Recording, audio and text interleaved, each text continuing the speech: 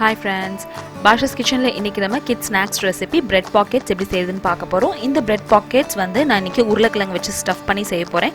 உருளைக்கிழங்குக்கு பதிலா நீங்க வந்து சீஸ் இல்ல பன்னீர் கூட ஸ்டஃப் பண்ணி பண்ணலாம்.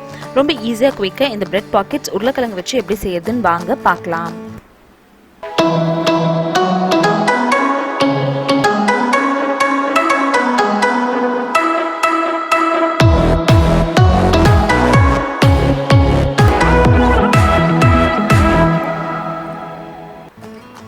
Bread pockets prepare பண்றதுக்கு இங்க நான் 4 bread slices எடுத்து வச்சிருக்கேன். wheat bread slices இல்ல white bread slices எதுனாலும் நீங்க எடுத்து வச்சுக்கலாம்.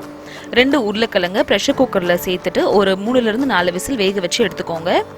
வேக வச்சு எடுத்ததுக்கு அப்புறமா இதோட தோல் வந்து இந்த மாதிரி நீக்கிரலாம்.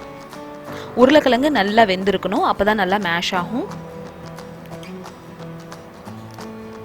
நீங்க bread pockets எவ்வளவு செய்றீங்களோ அதுக்கு ஏத்தாப்ல உருளைக்கிழங்கு வேக வச்சு எடுத்துக்கோங்க. இந்த 4 bread piecesக்கு நான் வந்து 1.5 உருளைக்கிழங்கு சேர்த்துக்கிட்டேன். இப்போ உருளைக்கிழங்கு சின்ன சின்னதா கட் பண்ணி நம்ம வந்து அதை மேஷ் பண்ணிக்க போறோம். மசாலால பாத்தீங்கன்னா வெறும் மிளகாய் தூள், மஞ்சள் தூள், உப்பு, அப்புறம் கொஞ்சம் தனியா தூள், ஜீரக தூள், அப்புறம் கரம் மசாலா தூள் எடுத்து வச்சுக்கோங்க. கொஞ்சமா கொத்தமல்லி, அப்புறம் காரத்துக்கு ஏற்ப பச்சை மிளகாயும் நான் எடுத்து வச்சிருக்கேன். கட் பண்ணி எடுத்து வச்சுக்க உருளைக்கிழங்க ஒரு பவுல்ல சேர்த்துக்கோங்க. அத ஒரு ஃபோர்க் வச்சு அப்படி இல்லனா கை வச்சு நல்லா இந்த மாதிரி மசிச்சுக்கலாம்.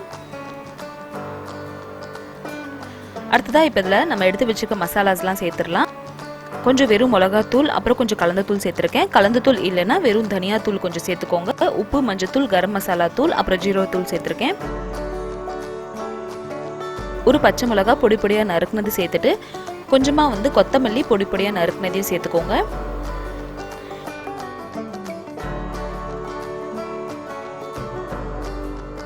இப்போ இது எல்லாத்தையும் நல்லா வந்து ஒரு ஃபோர்க் வச்சு நல்லா மிக்ஸ் பண்ணிக்கோங்க.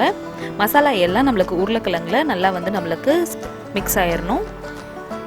இப்போ ஸ்டஃபிங் நமக்கு ரெடி ஆயிருச்சு. அடுத்ததா இப்போ நம்ம வந்து பிரெட் எல்லாம் ப்ரிப்பேர் பண்ணிடலாம். பிரெட் பாக்கெட்ஸ் ப்ரிப்பேர் பண்ணுறதுக்கு இந்த பிரெட்டுக்குள்ளே தான் வந்து இந்த உருளைக்கிழங்கு நம்ம ஸ்டஃப் பண்ண போகிறோம். அதனால இதில் சைட்ஸில் இருக்கிற இந்த ப்ரௌன்ஸ் எல்லாம் இந்த மாதிரி கட் பண்ணி எடுத்துக்கோங்க.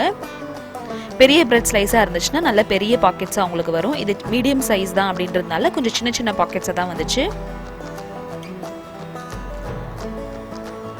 சைடில் இருக்கிற இந்த பிரெட் எல்லாம் எடுத்துட்டீங்கன்னா அதை வந்து நீங்கள் பிரெட் க்ரம்ஸ்க்கு யூஸ் பண்ணிக்கலாம்.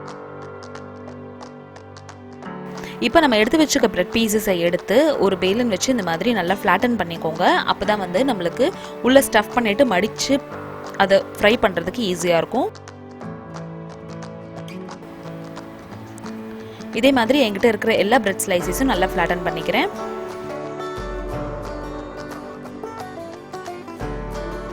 தேவையான ஸ்டஃபிங்கை இந்த மாதிரி ஓரமாக வச்சுட்டு அதை வந்து நாலா பக்கமும் கொஞ்சம் தண்ணி இந்த மாதிரி தொட்டு வச்சுருங்க. அப்போ தான் அது வந்து நம்மளுக்கு ஒரு எண்டும் இன்னொரு எண்டும் ஒட்டுறதுக்கு ஈஸியாக இருக்கும்.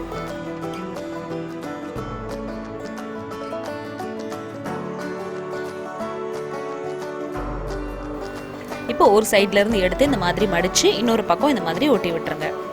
இது ஒட்டுறதுக்கு உங்களுக்கு வரல அப்படின்னா கொஞ்சம் தண்ணி தெளிச்சுக்கலாம். அப்படி இல்லைன்னா மைதா மாவோட மிக்சரும் சேர்த்து நீங்கள் வந்து இதை நீங்கள் பேஸ்ட் பண்ணிக்கலாம்.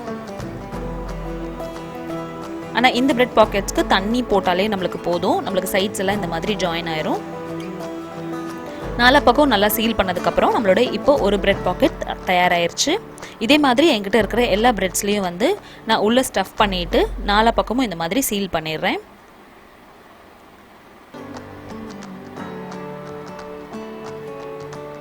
நாலுலேருந்து 5 பிரெட் பாக்கெட்ஸ் இங்கே தயாராகிருச்சு. இப்போ இதை டீப் ஃப்ரை பண்ணுறதுக்கு தேவையான எண்ணெய் வச்சுக்கோங்க. இது நீங்கள் டீப் ஃப்ரை தான் பண்ணணும் அப்படின்னு அவசியம் இல்லை. இதை நீங்கள் ஷாலோ ஃப்ரை பண்ணிங்கன்னா கூட நல்லாயிருக்கும். நான் வந்து இன்றைக்கி இதை டீப் ஃப்ரை பண்ண போகிறேன். அதனால ஒரு கடாயில் கொஞ்சம் எண்ணெய் விட்டுட்டு நல்லா சூடானதுக்கு அப்புறமா நம்ம எடுத்து வச்சுக்க பிரெட் பாக்கெட்ஸ் அதில் சேர்த்துருங்க. ஒரு 3லேருந்து 4 நிமிஷம் மீடியம் ஃப்ளேமில் வேக வச்சு எடுத்திங்கன்னா கோல்டன் ப்ரௌன் கலரில் ஆயிரும். இந்த ஸ்டேஜில் நம்ம இதை இப்போ வெளியே எடுத்துகிற போகிறோம்.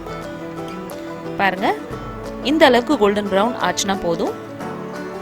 இதே நீங்கள் வந்து ஷாலோ ஃப்ரை பண்ணுறீங்க அப்படின்னா ஒரு நான்ஸ்டிக் பேனில் வச்சுட்டு கொஞ்சம் தாராளமாக எண்ணெய் விட்டு 2 பக்கமும் நல்லா ஷாலோ ஃப்ரை பண்ணி எடுத்துக்கோங்க. அப்போவும் நம்மளுக்கு கோல்டன் ப்ரௌன் கலருக்கு ஆகும். நல்லா கிறிஸ்பியாகவும் நல்லா முறுமுறுன்னு இருக்கும் இந்த ஃப்ரை வந்து நம்மளுக்கு. அவ்வளோதான், நம்மளோட பிரெட் பாக்கெட்ஸ் தயாராகிடுச்சு. இந்த ரெசிபி உங்களுக்கு பிடிச்சிருந்துச்சுன்னா இந்த வீடியோக்கு லைக் கொடுங்க. சேனல் ஃபர்ஸ்ட் டைம் பார்க்குறீங்கன்னா கண்டிப்பாக சப்ஸ்கிரைப் பண்ணுங்கள். இதே மாதிரி ஒரு ஸ்நாக் ரெசிபி உங்கள் குழந்தைங்களுக்கு வீட்டில் கண்டிப்பாக செஞ்சு கொடுத்துட்டு உங்களுக்கு எப்படி வந்துச்சு அப்படின்றத கமெண்ட் செக்ஷனில் சொல்லுங்கள். இன்னொரு இன்ட்ரெஸ்டிங்கான வீடியோவில் அடுத்து உங்களை வந்து சந்திக்கிறேன். இதே மாதிரி ஸ்நாக் ரெசிபி குழந்தைங்களுக்கு தேவையானது வேணும் அப்படின்னா கீழே டிஸ்கிரிப்ஷன் பாக்ஸில் லிங்க் பாருங்கள். தேங்க்யூ ஸோ மச் ஃபார் வாட்சிங். பாய்.